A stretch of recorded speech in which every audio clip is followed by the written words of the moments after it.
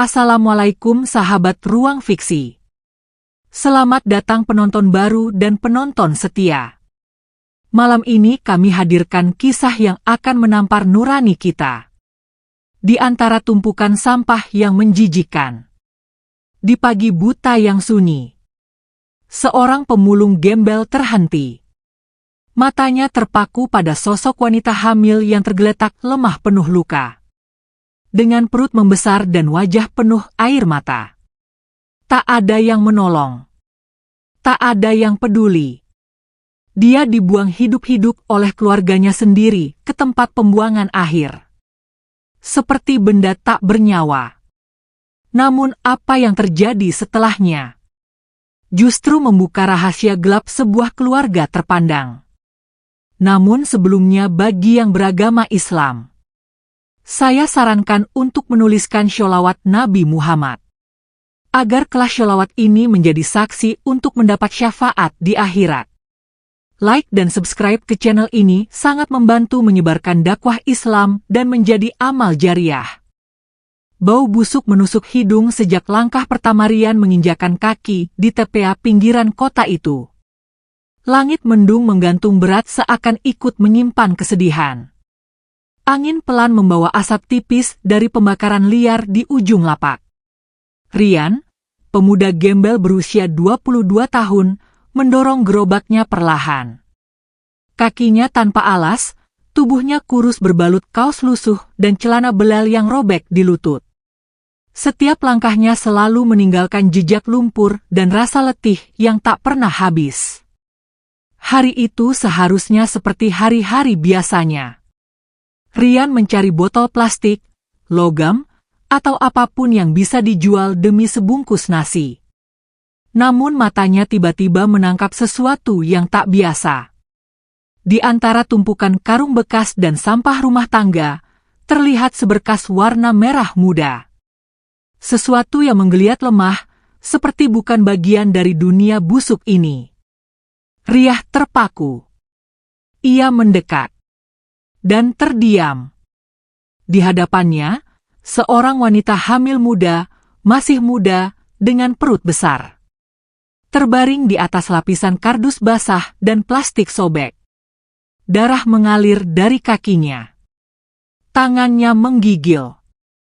Mata setengah terbuka penuh ketakutan. Wajahnya pucat dan halus, bukan dari golongan orang jalanan.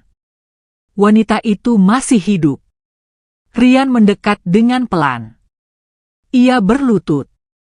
Air hujan mulai turun gerimis membasahi keduanya.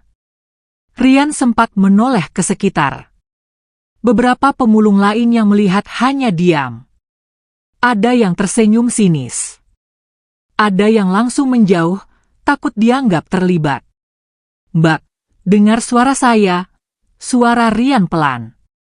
Tak ada jawaban.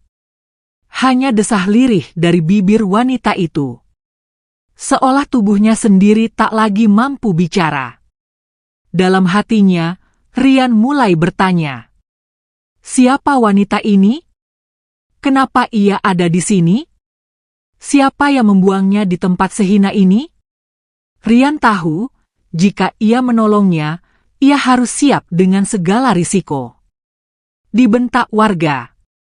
Difitnah sebagai penculik. Atau mungkin dikejar polisi. Tapi sesuatu dalam dirinya tak bisa diam. Ada sesuatu yang lembut dan murni dalam sorot mata wanita itu. Seperti meminta tolong tanpa suara. Seperti memohon dalam diam. Tangannya gemetar saat menyentuh bahu wanita itu. Dingin. Licin karena darah. Namun Rian menggenggamnya. Saya bawa Mbak ke tempat aman, bertahan ya. Ia tahu waktu tak banyak. Rian menggulingkan beberapa kantong sampah, membentuk semacam alas darurat. Lalu, dengan seluruh tenaga yang tersisa, Rian mengangkat tubuh wanita itu ke dalam gerobaknya. Tangis lirih keluar dari wanita itu. Pelan, hampir tak terdengar. Tapi Rian mendengarnya. Dan itulah yang membuatnya yakin bahwa ia tak boleh pergi meninggalkannya. Di belakang, ada suara orang-orang yang mulai berbisik. Menatap sinis. Menertawakan. Bahkan ada yang meneriaki, biarin aja. Paling juga anak haram. Rian tak peduli. Ia mendorong gerobaknya, membawa wanita itu menjauh dari kubangan lumpur. Dari tempat di mana manusia bisa dibuang seperti sampah. Tapi ia belum tahu bahwa langkah kecil itu akan menyeretnya pada konflik besar, rahasia kelam, dan dendam yang jauh lebih dalam dari yang ia bayangkan. Dan semuanya baru saja dimulai. Rian terus mendorong gerobaknya menembus jalanan becek yang mulai diguyur hujan deras. Setiap roda gerobak menabrak lubang atau batu kecil, tubuh wanita itu terguncang pelan. Tapi Rian tetap memegangnya agar tak terjatuh. Keringat dingin bercampur air hujan membasahi wajahnya. Sampai akhirnya ia menemukan sebuah lorong sempit di belakang pos jaga kosong, bekas bangunan proyek terbengkalai. Di sanalah ia memutuskan berhenti. Tempat itu jauh dari keramaian, dan hanya dikenal beberapa pemulung seperti dirinya. Atap sengnya sudah keropos, tapi cukup untuk berlindung dari hujan. Rian dengan tergesa mengambil karung bekas dan menyusunnya jadi alas. Lalu ia membaringkan wanita itu dengan sangat hati-hati. Astagfirullah, desisnya lirih. Bukan karena jijik, tapi karena tubuh wanita itu penuh luka memar. Di pergelangan tangannya ada bekas ikatan tali. Di kakinya ada cakaran, mungkin dari semak, mungkin juga disengaja. Perutnya besar. Mungkin usia kandungan 7 bulan. Tapi wajahnya seperti habis melewati neraka. Rian menyobek bagian bersih dari bajunya dan membasahinya dengan air dari botol minum. Ia mulai membersihkan darah yang mengalir dari dahi wanita itu. Tangan Rian gemetar. Bukan karena takut, tapi karena marah. Marah pada dunia yang tega membuang manusia dalam keadaan seperti ini. Wanita itu mulai membuka matanya perlahan. Samar. Seperti bingung. Riah langsung mendekat. Tenang. Saya nggak akan nyakitin Mbak. Saya temuin Mbak di TPA, di tumpukan sampah. Saya bawa ke sini, ucapnya terbata. Wanita itu mengerjap. Bibir Mia kaku. Tapi tangannya mulai menggenggam baju Rian. Seperti anak kecil yang ketakutan di tengah badai. Tolong, jangan kembalikan saya ke mereka. Suara itu lirih. Lemah. Namun menyiratkan ketakutan luar biasa. Rian mengangguk pelan.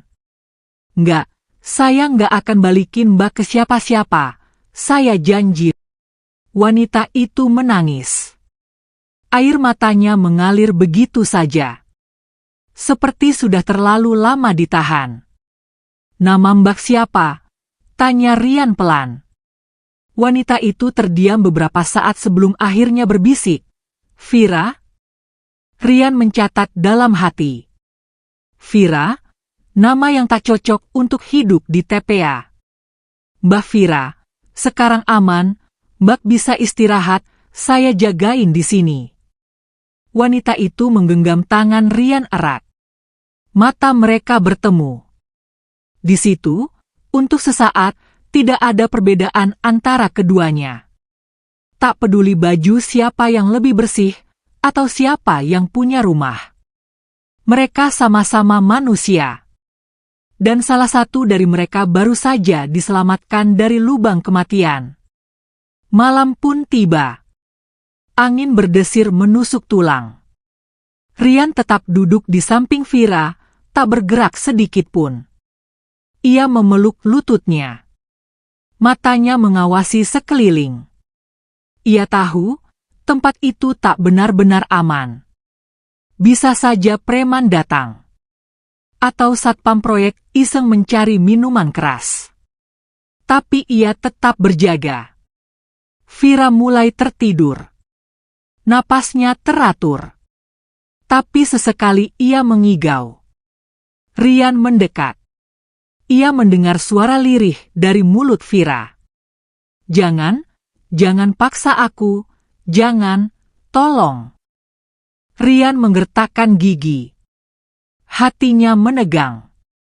Apa yang sebenarnya terjadi pada wanita ini? Pagi datang dengan lambat. Langit abu-abu masih menggelayut. Rian bangun lebih awal. Ia mengambil plastik besar yang dibawanya semalam dan pergi ke warung kecil tak jauh dari situ. Dengan uang receh yang dikumpulkannya selama 2 hari, ia membeli roti sobek dan air mineral. Itu saja yang mampu ia beri untuk wanita yang baru saja ia selamatkan dari kuburan hidup. Ketika ia kembali, Vira masih tertidur. Namun wajahnya tak lagi sesuram malam sebelumnya. Riah mendekat dan duduk di sampingnya. Tangan wanita itu sedikit bergerak. Dan ketika mata mereka kembali bertemu, ada sesuatu yang berbeda. Mata Vira sudah tak sekelam kemarin. Ada sedikit cahaya. Entah harapan, atau mungkin rasa syukur. Mbak lapar. Vira mengangguk pelan. Riah menyodorkan roti yang masih terbungkus.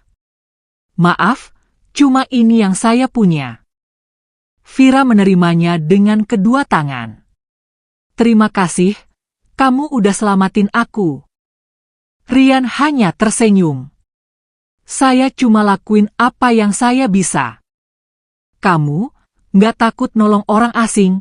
Tanya Vira tiba-tiba. Rian menghela napas. Takut, tapi saya lebih takut ninggalin orang yang butuh pertolongan. Air mata Vira mengalir lagi. Pelan. Namun kali ini bukan karena luka. Tapi karena ada manusia yang masih menganggapnya layak hidup. Setelah makan sedikit, Vira mulai bisa duduk. Tapi ia masih lemah. Riah mengambilkan air untuk mencuci wajahnya. Mbak Vira, saya tahu ini nggak enak buat dibahas, tapi siapa yang lakuin ini semua ke Mbak? Vira menunduk. Lama ia diam.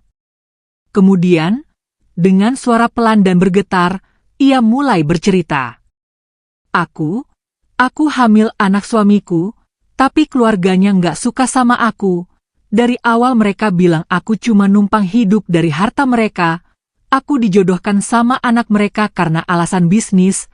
Setelah aku hamil, mereka mulai berubah.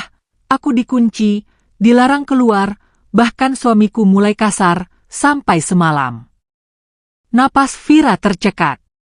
Matanya basah lagi. Semalam, mereka bilang aku bikin malu keluarga. Karena bayi ini katanya bukan anak kandung, mereka bilang aku selingkuh. Padahal aku enggak. Aku diseret keluar rumah, mataku ditutup, aku dengar suara mobil, dan setelah itu, aku dibuang. Suara itu pecah jadi isakan. Rian terdiam. Dadanya sesak. Ia tak bisa membayangkan betapa hancurnya hati wanita itu. Dibohongi, disiksa, lalu dibuang seperti sampah. Rian mengepalkan tangan. Mbak nggak sendiri sekarang, saya di sini, dan saya nggak akan biarin Mbak disakitin lagi. Mata Vira menatapnya. Ada ketulusan dalam suara Rian. Dan entah kenapa, untuk pertama kalinya sejak bertahun-tahun, Vira percaya. Percaya pada seseorang yang bahkan tak punya apa-apa. Tapi justru karena itu, ia percaya karena orang seperti Rian tak punya alasan untuk membohongi. Tapi mereka belum tahu bahwa satu sosok sedang mengintai dari jauh. Seseorang dari masa lalu Vira, yang mulai menyadari bahwa wanita yang mereka buang belum mati. Dan mulai dari sini, semuanya akan berubah. Pagi itu matahari enggan muncul sempurna.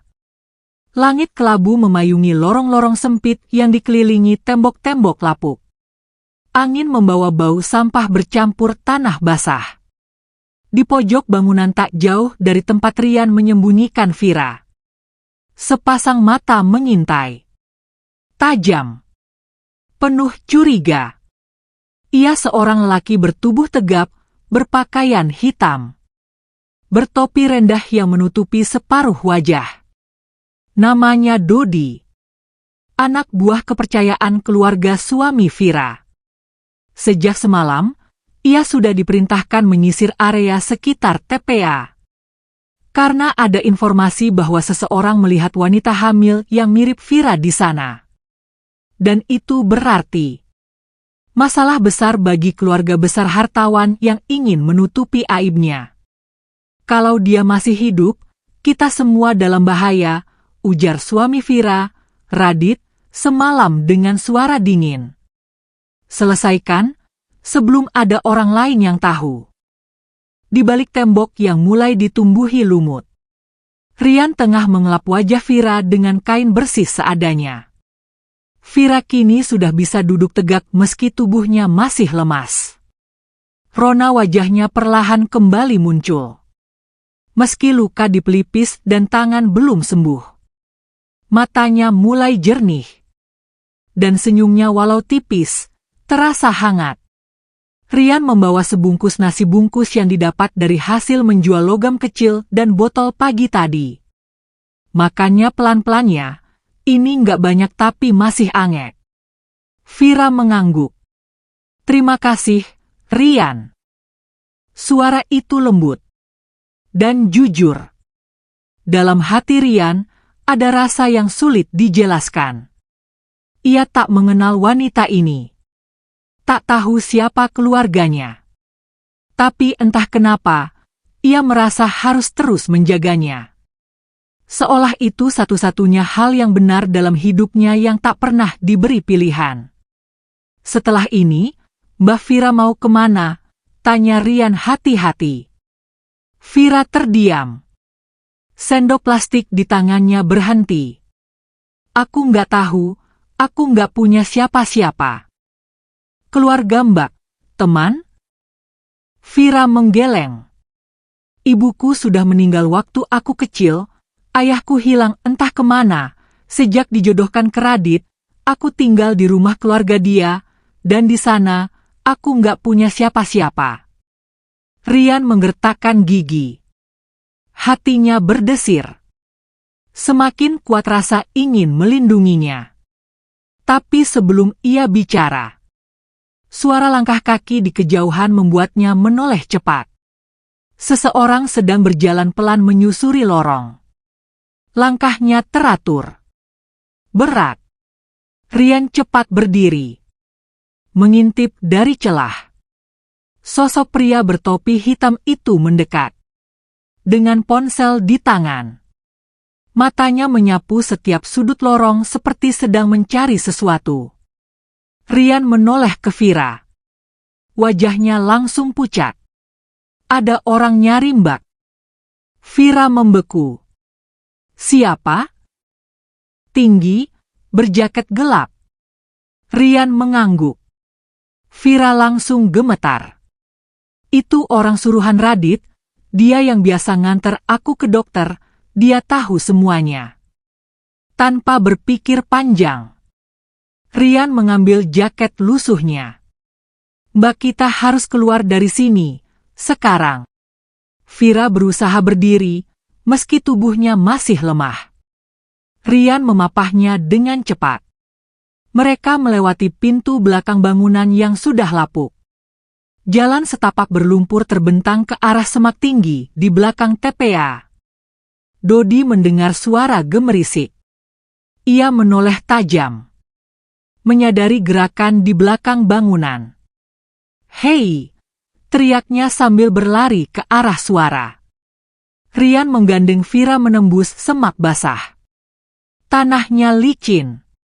Daun-daun tajam mengenai wajah mereka. Tapi mereka terus lari. Nafas mereka memburu. Jantung berdetak kencang. Vira hampir terjatuh. Rian memeluknya erat. Sebentar lagi, ayo, kita hampir lolos. Dodi terus mengejar. Namun jalur sempit dan licin menyulitkannya. Setelah sekitar 200 meter, Rian melihat bangunan kecil setengah runtuh, seperti pos jaga tua, dan segera membawanya masuk. Mereka bersembunyi. Nafas mereka terengah. Di luar, suara langkah mendekat. Dodi berdiri tak jauh dari pintu. Menoleh ke kanan dan kiri. Namun tak mendekat. Beberapa detik terasa seperti jam. Dan akhirnya suara langkah itu menjauh. Rian memeluk Vira yang gemetar. Tenang, dia nggak lihat kita. Tapi ia tahu. Ini hanya sementara. Mereka harus pergi lebih jauh. Hari mulai siang. Mereka menunggu sampai semuanya tenang. Lalu Rian memutuskan membawa Vira ke tempat lebih aman. Ia teringat sebuah rumah kosong di tepi perkampungan tua. Dulu ia pernah tidur di sana seminggu saat digusur dari jembatan. Rumah itu milik seorang kakek tua yang sudah meninggal. Tak ada keluarga yang menempati. Sekarang kosong dan sepi. Jalan ke sana jauh. Tapi Rian tak punya pilihan. Dengan gerobak dorongnya, Ian menaruh selimut bekas dan memapah Vira naik ke dalam. Lalu ia mulai berjalan. Melewati jalan belakang. Menghindari pandangan siapapun. Di sepanjang perjalanan, Vira diam. Tapi tatapannya ke arah Rian penuh makna. Kenapa kamu segitu pedulinya ke aku, Rian? Pertanyaan itu tiba-tiba keluar. Rian menoleh. Terdiam sesaat. Lalu menjawab lirih. Karena aku tahu rasanya dibuang. Jawaban itu membuat Vira menunduk. Matanya basah. Tak ada yang tahu betapa kalimat itu menghantam hatinya lebih keras dari apapun. Sore menjelang. Mereka sampai di rumah tua itu. Dindingnya sudah mulai berjamur. Atapnya bolong di beberapa bagian. Tapi cukup aman. Rian menyibak jaring laba-laba. Membersihkan tikar usang. Lalu membantu Vira berbaring. Besok aku bakal cari cara biar Mbak bisa sembuh dulu. Setelah itu kita pikirkan langkah berikutnya. Vira hanya menatapnya. Tak berkata. Namun di matanya, ada rasa percaya yang perlahan tumbuh. Dan di luar sana, di balik bayang-bayang gelap, seseorang sudah menghubungi Radit. Bos, aku yakin dia masih hidup, dan ada seseorang yang bantuin dia. Di ujung telepon, Radit menatap tajam ke arah layar. Kalau begitu, habisi mereka berdua. Jangan sampai ada yang tersisa. Dan dari sini, cerita mereka baru benar-benar dimulai. Angin malam berembus melalui sela-sela dinding rumah tua itu. Membawa suara dedaunan dan jeritan anjing liar dari kejauhan. Di dalam rumah, Vira meringkuk di atas tikar usang. Selimut tipis menutupi tubuhnya yang masih lemah. Sementara Rian duduk di sudut ruangan, bersandar pada tembok dingin. Matanya tak terpejam. Meski tubuhnya lelah. Ia tahu tempat ini tak benar-benar aman. Dan malam ini terasa lebih gelap dari biasanya. Sepanjang hari, Rian keluar masuk gang sempit. Mencari apapun yang bisa dijual demi membeli makanan dan sedikit obat luka. Ia bahkan menjual jam tangan rusak yang pernah ditemukannya di tong sampah. Hasilnya hanya cukup untuk sekotak susu, sebutir telur rebus, dan kain kasa murah. Mbak, makan dulu ya, Ini nggak seberapa, tapi bisa bantu tenaga, ucapnya saat kembali. Vira tersenyum lemah. Rian, kamu udah terlalu banyak ngelakuin buat aku. Rian duduk di dekatnya. Mbak Vira, hidup itu aneh. Kadang kita yang nggak punya apa-apa malah diberi kesempatan nolong orang. Vira menatap matanya. Mata itu jujur. Dan untuk pertama kalinya, ia merasa tak sendiri di dunia ini. Malam semakin larut. Vira mulai terlelap setelah minum obat pereda nyeri. Sementara Rian masih terjaga. Ia keluar rumah sebentar. Berdiri di halaman kecil yang dipenuhi semak liar. Langit gelap tak berbintang. Semua terasa sepi. Tapi di dalam dada Rian, ada perasaan gelisah yang tak bisa dijelaskan. Seperti badai besar sedang bersiap mendatanginya. Dan firasat itu benar. Di tempat lain, di ruang mewah berlampu gantung kristal, Radit berdiri dengan wajah gelap. Ia memandangi foto Vira yang dikirim anak buahnya. Foto dari kejauhan. Buram. Tapi cukup jelas menunjukkan bahwa Vira masih hidup. Jadi perempuan sialan itu belum mati, desisnya pelan. Tangannya mengepal. Di sekelilingnya, beberapa pria berbadan besar berdiri tegap. Satu di antaranya adalah Dodi. Saya akan kirim 2 orang lagi. Lebih bersenjata. Kali ini, habisi dua-duanya, ucap Radit tegas. Dan jangan buat keributan. Saya nggak mau polisi tahu. Dodi mengangguk. Saya ngerti, bos. Mereka bakal hilang tanpa jejak. Dan malam itu, 2 mobil melaju pelan di gang belakang kota. Lampunya dimatikan. Penuh muatan gelap yang menyimpan niat buruk. Pukul 2 dini hari. Rian tertidur sebentar di depan pintu. Hingga suara ranting patah membangunkannya. Matanya terbuka. Tajam. Ia berdiri cepat. Mengintip dari celah jendela. Tak ada apa-apa. Namun suara langkah kaki dari kejauhan mulai terdengar. Ria segera membangunkan Vira. Mbak, cepat bangun, kita harus pergi. Vira mengerjap. Masih setengah sadar. Tapi melihat ekspresi Rian yang panik, ia langsung duduk. Ada apa? Aku nggak tahu pasti, tapi aku ngerasa kita diikuti. Suara langkah kaki makin jelas. Rian membuka pintu belakang. Ia membantu Vira berdiri. Lalu memapahnya keluar rumah. Melewati jalur kecil menuju semak tinggi yang biasa dipakai anak-anak jalanan bersembunyi. Baru beberapa langkah menjauh. Suara keras terdengar dari dalam rumah. Bruk. Pintu depan dijebol. Suara laki-laki dewasa terdengar lantang. Cari sampai ketemu. Perempuan itu harus dibungkam malam ini juga. Vira terkejut. Napasnya tercekat. Rian menariknya cepat. Ayo mbak, jangan diam. Mereka berlari sekuat tenaga. Meski Vira nyaris jatuh beberapa kali, Rian tak melepaskan genggamannya. Di belakang, suara teriakan makin dekat. Beberapa pria menyisir area dengan senter. Ke sana. Jejaknya ke arah sungai. Rian tahu satu-satunya tempat aman hanyalah daerah kumuh di tepi sungai. Tempat banyak pemulung tinggal. Dan tempat di mana wajah-wajah seperti Rian takkan dicurigai.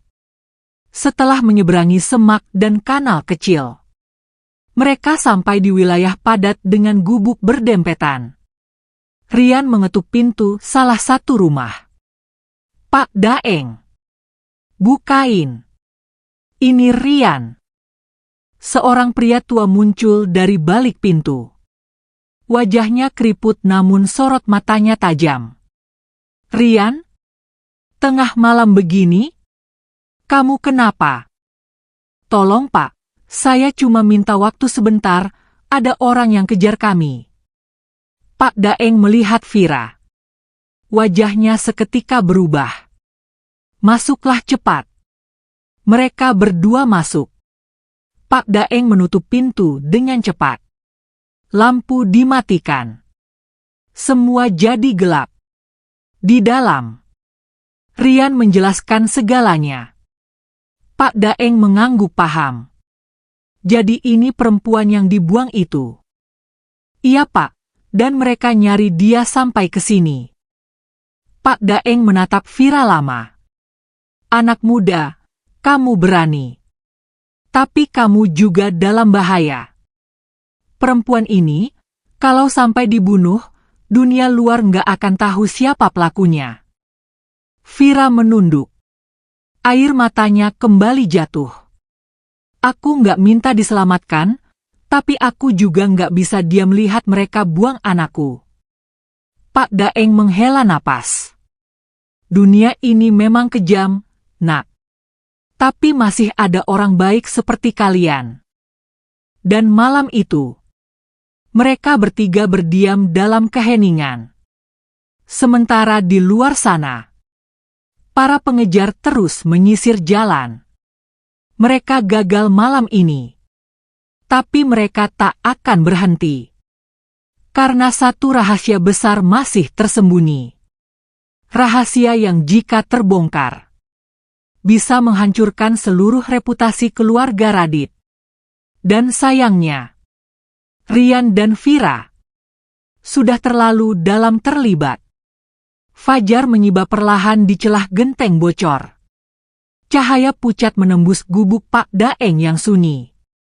Di dalam, Vira duduk bersandar di dinding kayu. Matanya sayu, tubuhnya masih lemah. Sementara Rian duduk di ujung ruangan. Mata lelahnya menyapu langit-langit.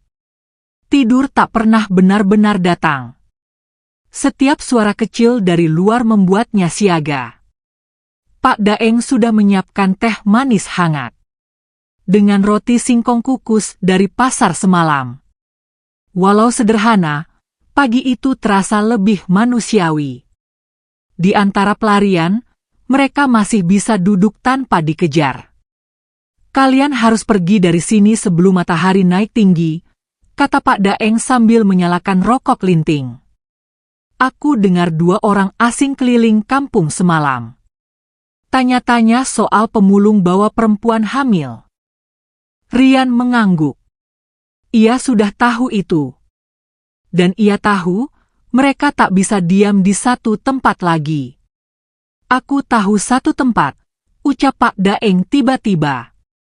Di bawah jembatan besar, dekat terminal lama, ada rumah panggung tua. Pemiliknya sudah lama meninggal, sekarang kosong, tapi kuat, nggak gampang ditembus. Rian menatap Vira. Wajah wanita itu terlihat cemas. Aku takut mereka nyari sampai ke sana. Pak Daeng mengangguk.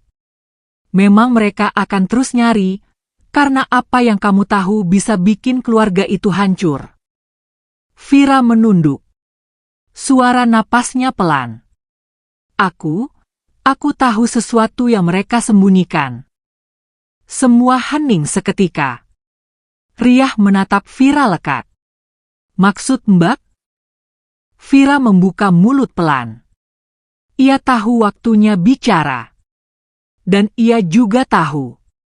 Setiap kata yang keluar dari bibirnya sekarang bisa menentukan hidup atau mati. Anak dalam kandunganku ini bukan cuma anak Radit, ucapnya lirih. Tapi juga pewaris sah perusahaan keluarga mereka. Riah dan Pak Daeng saling berpandangan.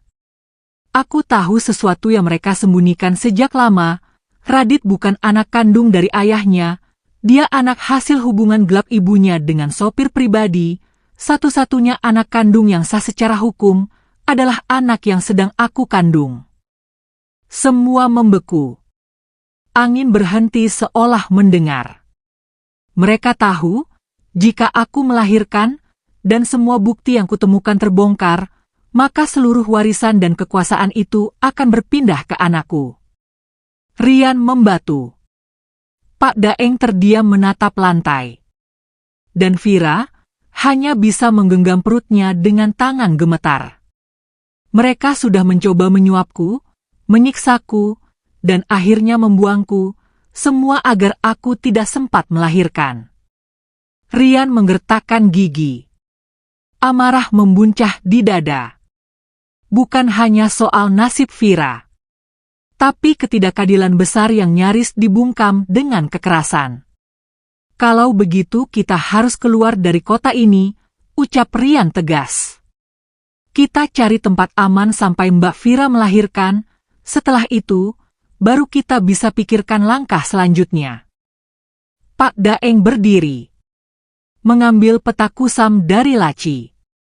Menunjukkan jalur sempit yang bisa mereka gunakan untuk keluar dari kawasan pusat kota tanpa terdeteksi. Rian mencatat semuanya. Vira memeluk tubuhnya lebih erat. Perasaan takut dan harapan berbaur jadi satu. Hari itu juga, mereka memulai perjalanan keluar dari wilayah kota inti. Riah meminjam sepeda roda 3 dari anak jalanan yang pernah ia bantu. Ia menata tikar dan karung di bagian belakang.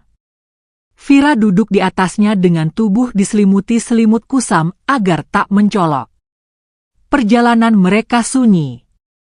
Melewati gang sempit, lorong-lorong gelap, dan tumpukan kardus yang menjadi rumah bagi manusia terlupakan. Mata orang-orang memandang. Beberapa menghindar. Beberapa berbisik. Tapi tak ada yang bertanya. Di dunia bawah, tak ada yang mencampuri urusan orang lain. Semua sibuk menyelamatkan diri sendiri. Sore hari, mereka tiba di bawah jembatan besar dekat terminal tua. Tempat yang disebut Pak Daeng. Rumah panggung itu berdiri di ujung kanal. Penuh lumut, tapi masih kokoh. Rian memeriksa setiap sudut. Lantai dari kayu jati tua. Jendela sempit. Dan sebuah sumur kecil di belakang. Tempat itu terasa seperti hadiah dari langit. Mereka masuk. Dan untuk pertama kalinya setelah berhari-hari, Rian dan Vira bisa bernapas sedikit lega. Malam itu, Vira mulai menuliskan semua pengakuannya di atas lembaran sobekan kertas. Dengan pena yang diberikan Pak Daeng. Ia menulis semuanya. Dari awal pernikahannya. Perlakuan keluarga Radit. Ancaman. Penyiksaan. Dan rahasia tentang garis keturunan Radit. Rian membantu menyimpan catatan itu di kantong bajunya. Kalau sesuatu terjadi, aku akan bawa ini ke media, aku janji, ucapnya mantap. Vira mengangguk.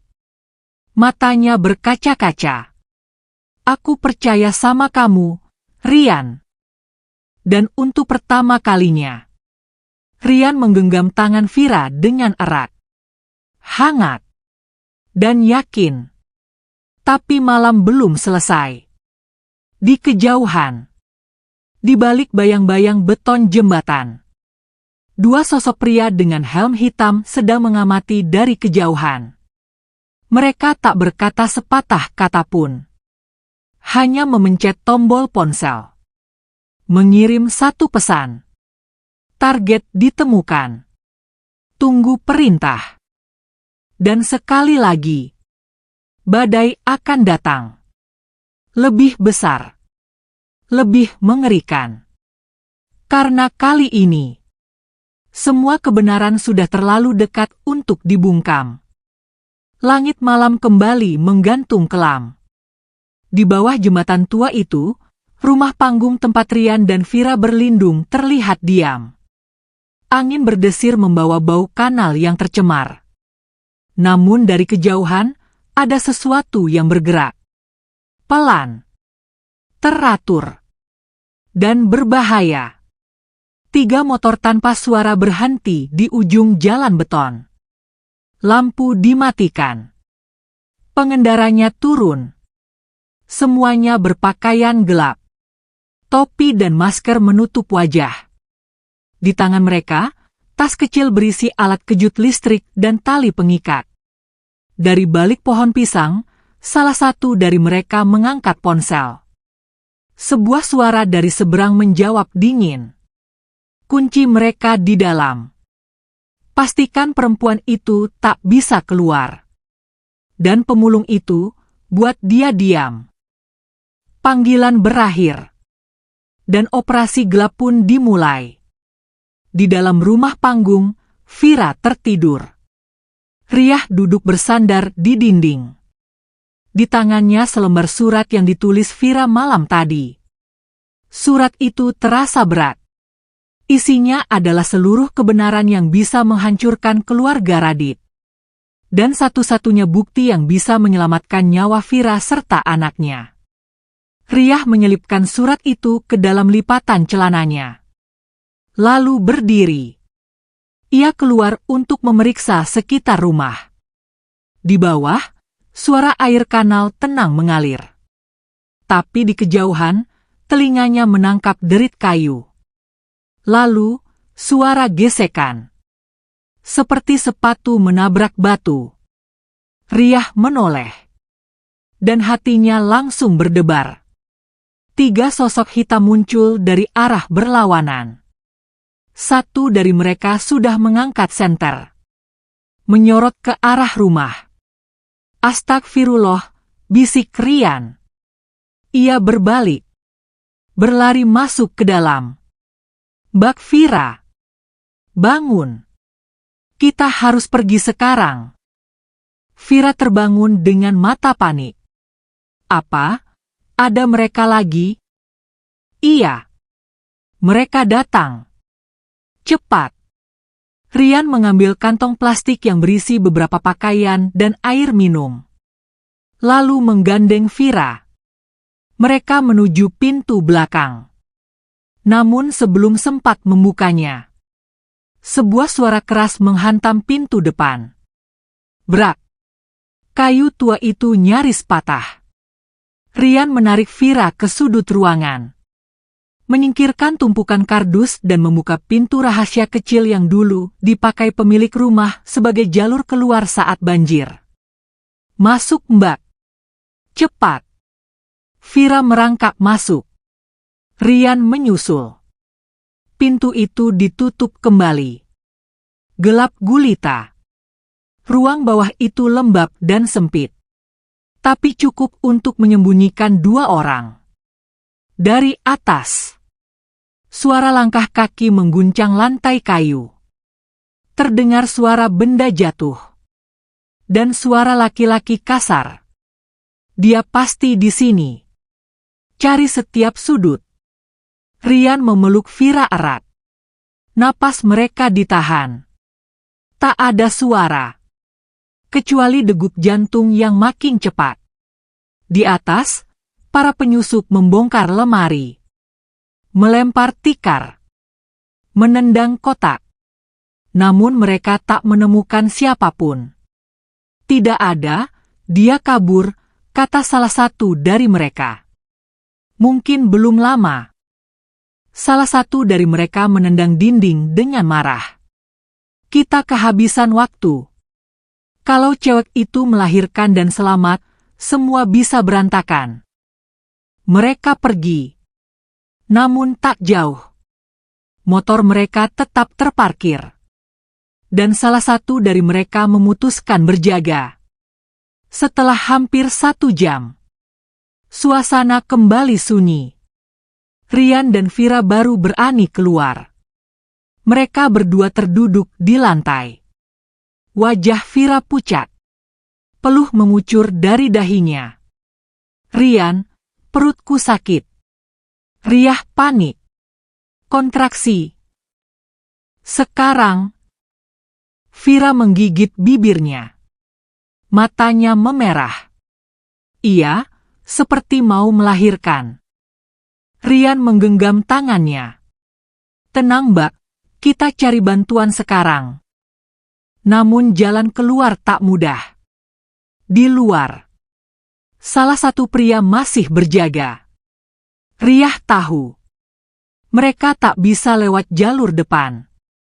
Satu-satunya harapan adalah menyusuri kanal kotor di belakang rumah panggung. Tanpa berpikir panjang, Rian membuka papan lantai, mengarah ke jembatan bambu kecil di bawah. Ia memapah Vira turun. Bau kanal menyengat.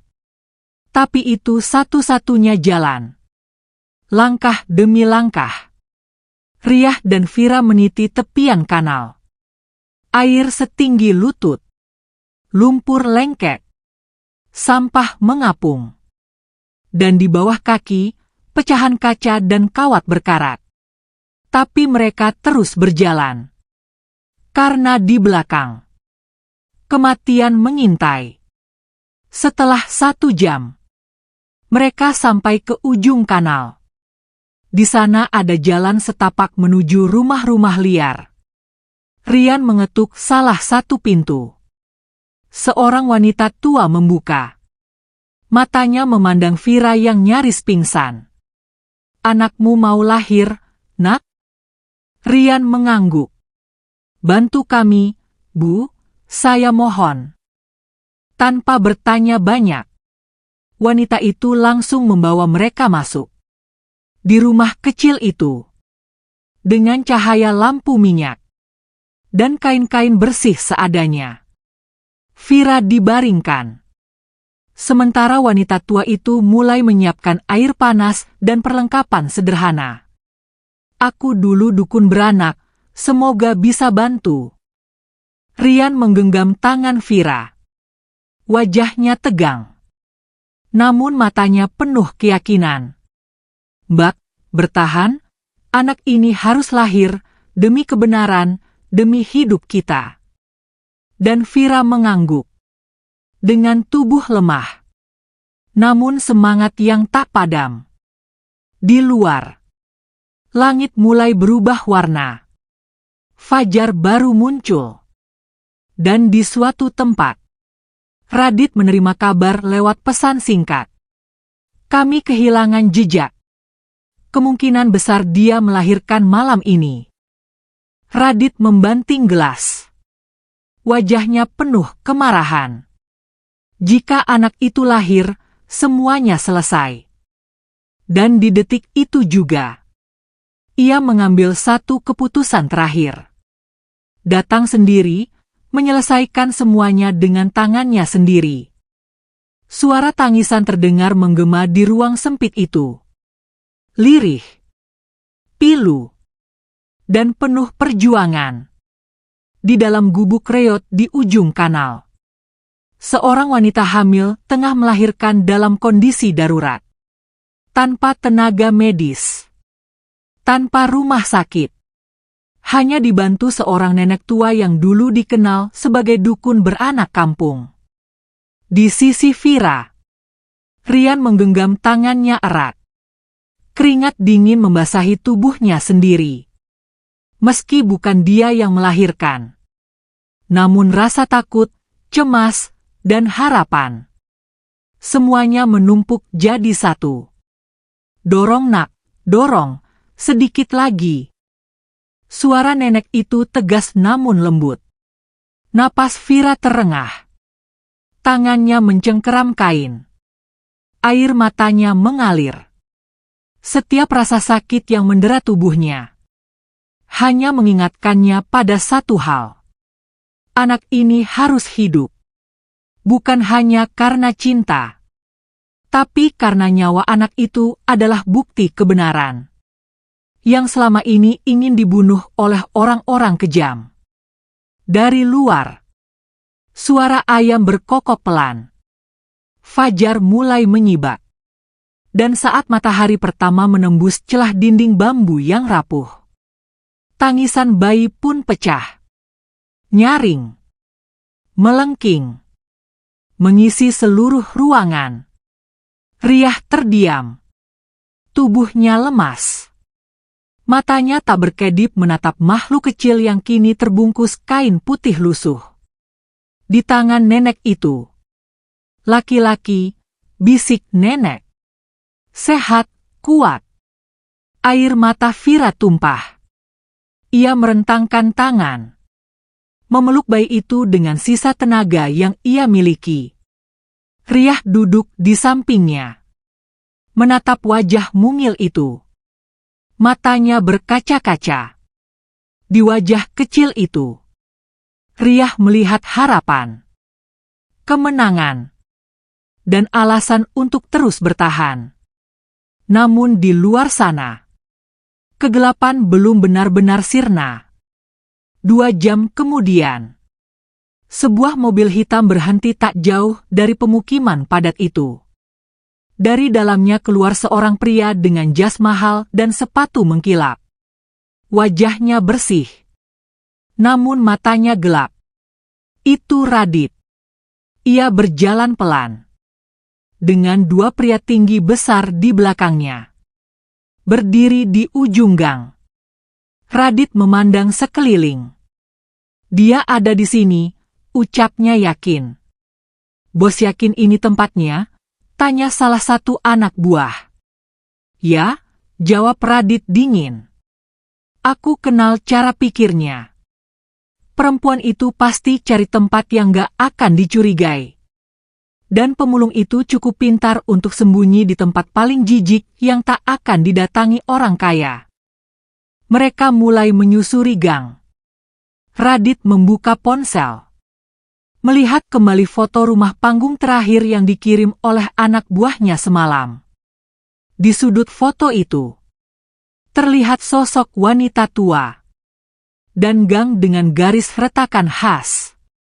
Semua itu mengarah ke satu titik. Gubuk tua di ujung kanal. Yang kini menjadi tempat persembunyian terakhir Rian dan Vira. Di dalam, Vira masih terbaring lemah. Riah duduk di dekat pintu. Tangannya menggenggam sebilah pisau karatan. Bukan untuk menyerang, tapi untuk bertahan. Ia tahu, seseorang pasti akan datang. Ia tak tahu seberapa lama mereka bisa bertahan. Tapi ia bertekad, tak akan membiarkan Vira dan bayinya dirampas begitu saja. Rian, suara Vira pelan. Kalau sesuatu terjadi, tolong, selamatkan anak ini. Riah menoleh. Enggak, jangan ngomong kayak gitu, kita bertiga bakal selamat. Vira tersenyum tipis. Aku percaya kamu. Dan sebelum sempat mereka bicara lebih banyak, sebuah suara keras terdengar dari luar. Teriakan. Langkah kaki, dan suara lemparan benda tumpul ke dinding. Buka pintunya atau kami dobrak. Riah berdiri. Mengunci pintu dari dalam. Menyorongkan lemari kayu ke arah pintu. Lalu berbalik ke arah Vira. Mbak, peluk bayinya, jangan lepaskan. Pintu diguncang keras. Sekali. 2 kali. Lalu, brak. Lemari terjungkal. Pintu nyaris jebol. Dan Rian bersiap. Pisau di tangannya gemetar. Namun matanya tak gentar. Pintu jebol. 2 pria masuk. Bertopeng. Berbadan besar. Namun sebelum sempat menarik Vira, Rian menyerang. Ia melompat dengan sisa tenaga. Menusukkan pisau ke lengan salah satu pria. Teriakan keras terdengar. Darah muncrat. Pria itu tersungkur. Tapi pria satunya mendorong Rian hingga jatuh ke lantai. Membanting tubuhnya ke dinding. Darah keluar dari mulut Rian. Namun ia bangkit. Menyerang lagi. Lari mbak. Bawa anaknya, teriak Rian. Vira berusaha bangun, menggendong bayinya. Namun langkahnya goyah. Tubuhnya masih terlalu lemah. Dan di saat itu, Radit masuk. Tatapannya dingin. Tangannya memegang pistol. "Cukup," ucapnya. "Aku sendiri yang akan menyelesaikannya." Rian berdiri. Meski tubuhnya berdarah, matanya menatap Radit tajam. "Kamu pengecut. Kamu takut kebenaran muncul." Radit tersenyum sinis. "Kebenaran? Dunia ini nggak butuh kebenaran. Dunia butuh kekuasaan." Ia mengangkat pistol, mengarah ke Rian. Dan saat pelatuk ditarik, sebuah suara keras memecah suasana. "Jangan bergerak." Sejumlah orang berpakaian preman dan polisi bersenjata masuk lewat belakang. Semua mengacungkan senjata. Radit terkejut.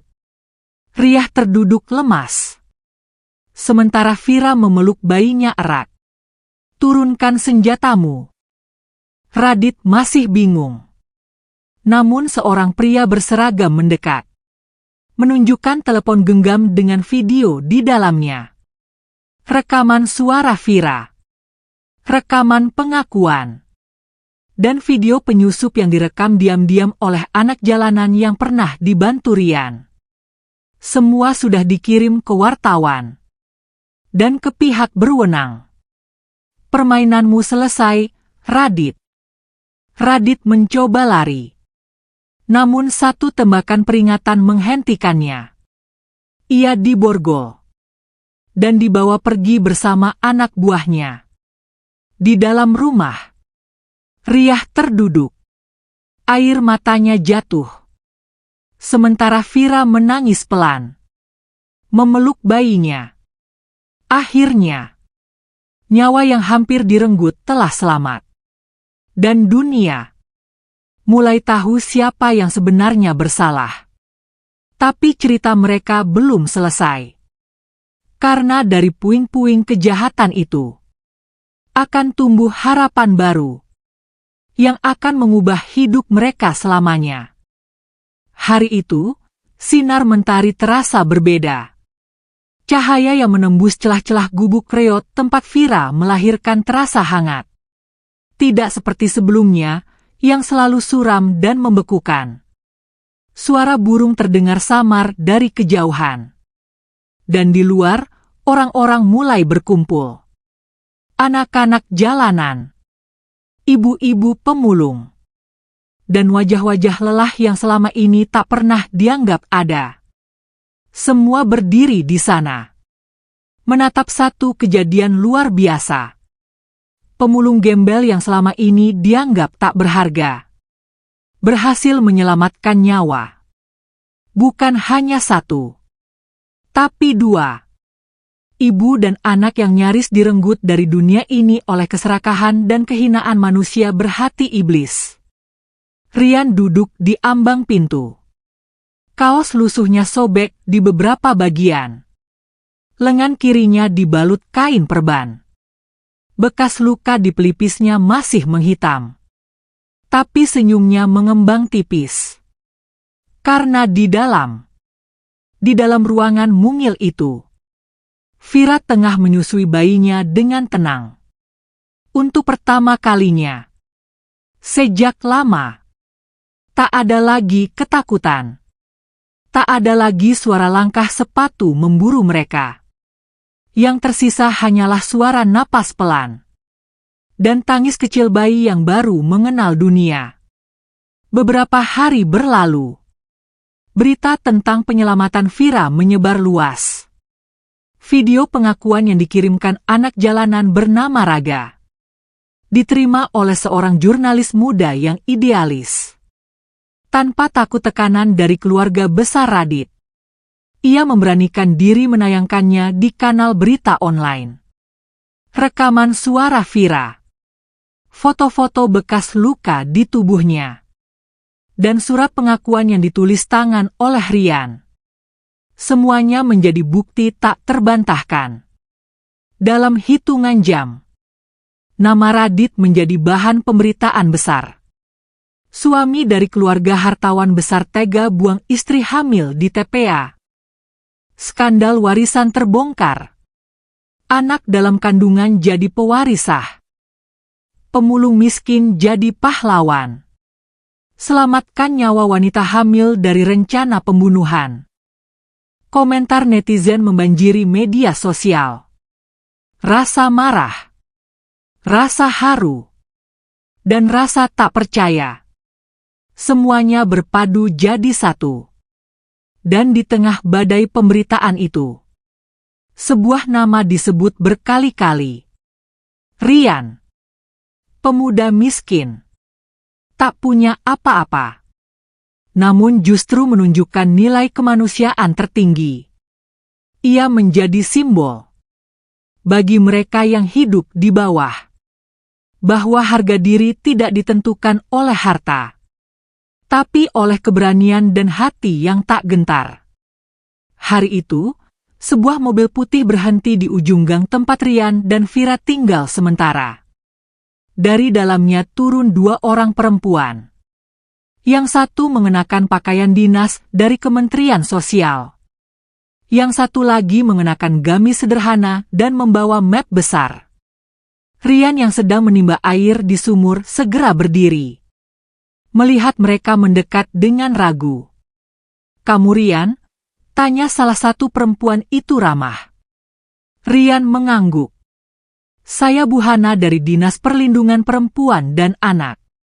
Ini Bu Aini dari Lembaga Bantuan Hukum." Riah mengangguk pelan. "Masih bingung. Kami kesini untuk bantu Vira dan anaknya, serta kamu," lanjut Bu Aini. "Karena semua yang kalian lakukan tak boleh dibiarkan begitu saja. Harus ada perlindungan dan keadilan." Rian tak menjawab. Ia hanya menunduk. Entah kenapa, matanya tiba-tiba berkaca-kaca. Tak lama kemudian, Vira keluar. Masih tampak lemah, namun sudah bisa berdiri sendiri. Bayi mungilnya dalam gendongan kain. Saat melihat dua perempuan itu, ia mengangguk pelan. "Terima kasih sudah datang." Bu Hana mengangguk. "Kamu perempuan yang kuat, Vira. Dan kamu Rian, kamu luar biasa. Negara berutang terima kasih." Rian menggeleng pelan. "Saya nggak ngelakuin apa-apa, Bu. Saya cuma nolong orang. Itu justru hal yang paling besar. Di dunia ini, sedikit orang yang berani nolong saat semua orang memilih diam." Hari-hari berikutnya berjalan cepat. Riah dan Vira dipindahkan ke tempat perlindungan. Rumah kecil milik yayasan sosial. Sederhana namun bersih. Ada kasur, dapur kecil, dan ruang menyusui. Vira mulai mendapatkan perawatan. Anaknya diberi nama Azam, yang berarti tekad kuat. Sesuai dengan perjuangan hidupnya sejak dalam kandungan. Rian juga mulai diajak berdiskusi oleh banyak pihak. Ada tawaran untuk bekerja, untuk melanjutkan pendidikan. Bahkan ada yayasan yang ingin mendokumentasikan kisahnya dalam film dokumenter.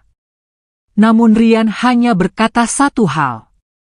"Saya cuma mau kerja halal dan hidup tenang, saya nggak butuh jadi orang terkenal." Dan jawaban itu membuat banyak orang terdiam. Karena mereka sadar, pria ini bukan pahlawan karbitan. Bukan tokoh pura-pura. Tapi benar-benar manusia biasa. Yang berhati luar biasa. Suatu sore, di bawah langit senja yang oranye, Rian duduk di taman kecil di depan rumah perlindungan. Vira duduk di sampingnya, menggendong Azam yang tertidur pulas. "Aku masih nggak percaya kita bisa sampai di sini," ucap Vira pelan. Semua terasa seperti mimpi. Rian tersenyum. Kadang hidup gitu, Mbak, penuh luka, tapi juga penuh kejutan. Vira menoleh. Rian, kalau nanti semua ini selesai, kamu mau kemana? Rian menatap langit, lalu menunduk pelan. Nggak tahu, mungkin balik jadi pemulung, atau jadi kuli bangunan, yang penting halal. Vira menggenggam tangannya. Erat. Jangan pergi. Aku butuh kamu di sini. Riah menoleh. Mata mereka bertemu. Dan dalam keheningan itu, ada satu hal yang tak perlu dijelaskan dengan kata-kata. Mereka saling menyelamatkan. Mereka saling menyembuhkan. Dan mereka mungkin memang ditakdirkan untuk bersama. Tapi dunia belum berhenti mencoba memisahkan mereka. Karena di kejauhan, di balik tirai rumah-rumah mewah, masih ada satu sosok yang tak terima, yang masih menyimpan dendam, dan bertekad bahwa semuanya belum berakhir. Malam itu angin bertiup lebih dingin dari biasanya. Langit mendung menggulung awan hitam. Dan udara seolah menyimpan bisikan yang tak ingin terdengar. Di rumah perlindungan yang kini menjadi tempat tinggal sementara bagi Vira, Azam, dan Rian. Semua lampu dipadamkan lebih awal. Bukan karena listrik padam, tapi karena seseorang dari yayasan melihat gerakan mencurigakan di luar pagar. Rian sudah siaga sejak sore. Ia tahu sejak kasus ini viral, perhatian masyarakat terbagi. Ada yang memuji, ada yang mendukung, tapi tak sedikit pula yang diam-diam membenci. Karena di dunia ini, kebenaran yang terlalu terang justru menyilaukan mereka yang hidup dari kebohongan. Vira sedang menyusui Azam di dalam, sambil duduk di atas tikar. Riah berdiri di dekat jendela, menyibak tirai sedikit, menatap pekat keluar pagar. Tak ada yang bergerak, tak ada suara.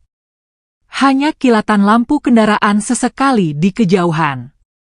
Namun perasaan di dadanya tak tenang. Sejak 2 hari lalu, ia merasa seseorang mengikuti mereka. 2 kali ia melihat motor yang sama melintas di gang kecil. 2 kali juga ia melihat sosok pria berjaket hitam berdiri di seberang jalan hanya untuk segera menghilang saat dihampiri.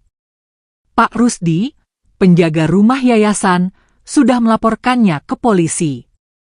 Namun petugas hanya mengatakan agar mereka tetap tenang dan berhati-hati. Sementara itu, di tempat lain, di sebuah villa tersembunyi milik keluarga Radit, seorang wanita tua dengan rambut putih duduk termenung. Di depannya, layar televisi menampilkan berita tentang sidang lanjutan kasus Radit. Vira, anak itu, masih hidup, gumamnya pelan. Namanya Bu Endah, ibu kandung Radit. Wanita ini dulunya dikenal sebagai sosialita kelas atas. Namun di balik penampilannya yang anggun, tersimpan jiwa penuh manipulasi dan ketakutan besar kehilangan kekuasaan. Anak itu, anak yang tidak seharusnya lahir, bisiknya. Ia lalu berdiri, mengambil ponsel, dan menelepon seseorang. Aku minta kau selesaikan ini. Malam ini juga. Pastikan tidak ada lagi saksi yang hidup. Kembali ke rumah perlindungan. Pukul 1 dini hari. Semua terlelap. Namun Rian masih terjaga. Ia duduk di depan pintu, berselimut jaket tua. Telinganya mendengarkan setiap suara. Dan tiba-tiba, ada bunyi pelan. Seperti sepatu menjejak kerikil. Riah langsung berdiri. menyentuh gagang kayu yang ia siapkan sebagai alat pertahanan. Ia berjalan pelan ke arah pagar, menyelinap keluar lewat sisi belakang. Dari kegelapan, ia melihat dua sosok berpakaian gelap bergerak mendekat ke jendela belakang rumah. Tangan mereka membawa sesuatu, entah senjata atau alat rusak. Riah tak menunggu lebih lama.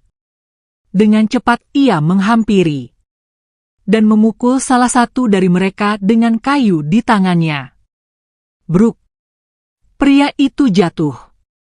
Yang satunya berbalik dan mengayunkan pisau. Rian mundur, lalu menyikut perut pria itu.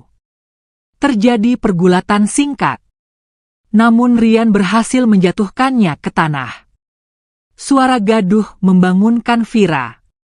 Ia menjerit saat melihat bayangan dari jendela. Pak Rusdi langsung berlari keluar membawa senter dan pentungan. Beberapa tetangga yayasan pun ikut keluar. Dua pria itu akhirnya ditangkap. Dan wajah mereka tak asing. Salah satunya adalah sopir pribadi keluarga Radit, yang dulu sering mengantar Vira. Dan yang lainnya adalah preman bayaran yang pernah terlihat saat pengepungan di rumah panggung dulu. Polisi datang 10 menit kemudian. Dan dari hasil interogasi cepat, diketahui bahwa mereka dikirim oleh ibu kandung Radit sendiri. Dia ingin menghabisi saksi sebelum anak itu tumbuh besar, ucap polisi. Karena jika anak itu tumbuh dan bukti terus dibuka, seluruh kekuasaan keluarga mereka bisa diambil alih secara hukum. Vira menangis. Gemetar memeluk Azam. Riah menggenggam bahunya. Aku janji, aku nggak akan biarin satu pun dari mereka nyentuh kamu atau anakmu. Esok harinya, berita tentang percobaan pembunuhan kembali menggemparkan publik. Nama Bu Endah langsung menjadi trending. Dan surat penangkapan pun dikeluarkan.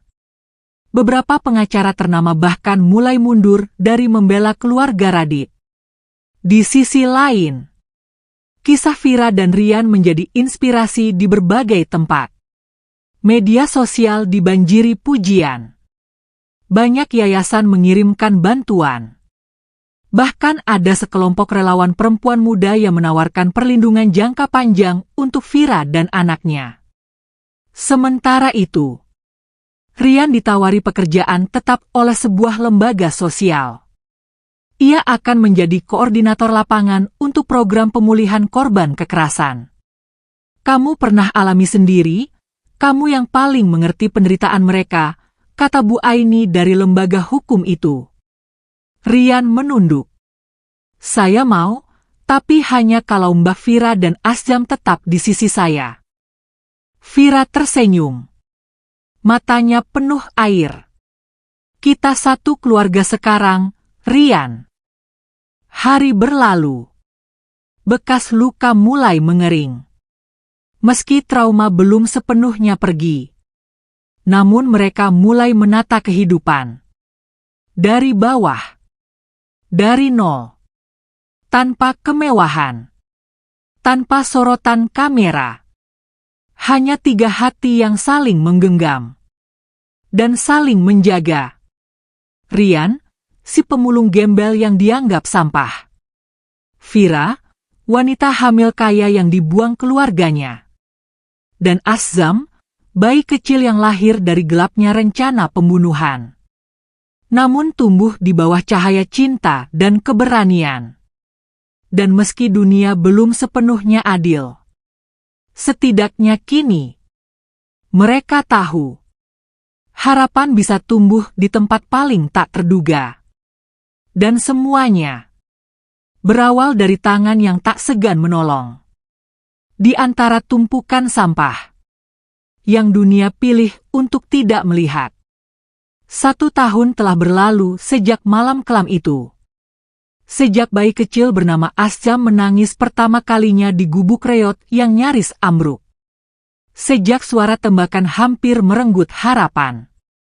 Sejak Rian, pemulung miskin yang tak punya apa-apa, berdiri di antara maut dan kehidupan.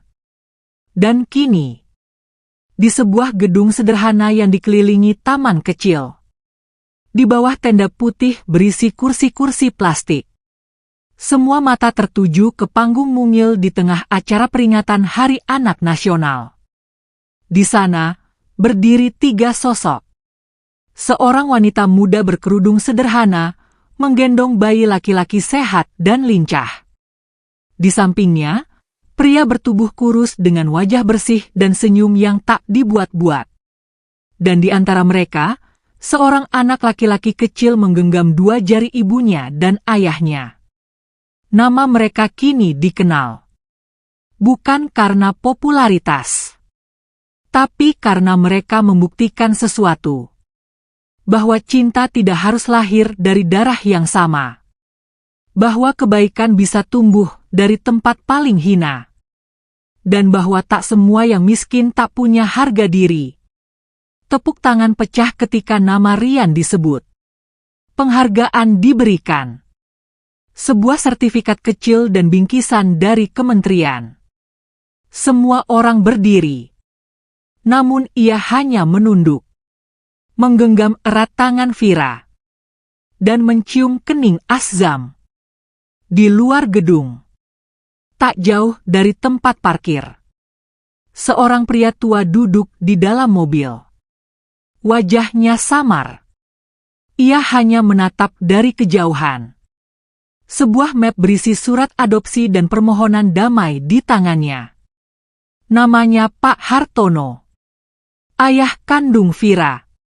Yang dulu menghilang karena tekanan politik dan keluarga. Dan kini, menatap anak perempuannya dari kejauhan. Tak sanggup memeluk. Tak sanggup bicara. Tapi air matanya mengalir.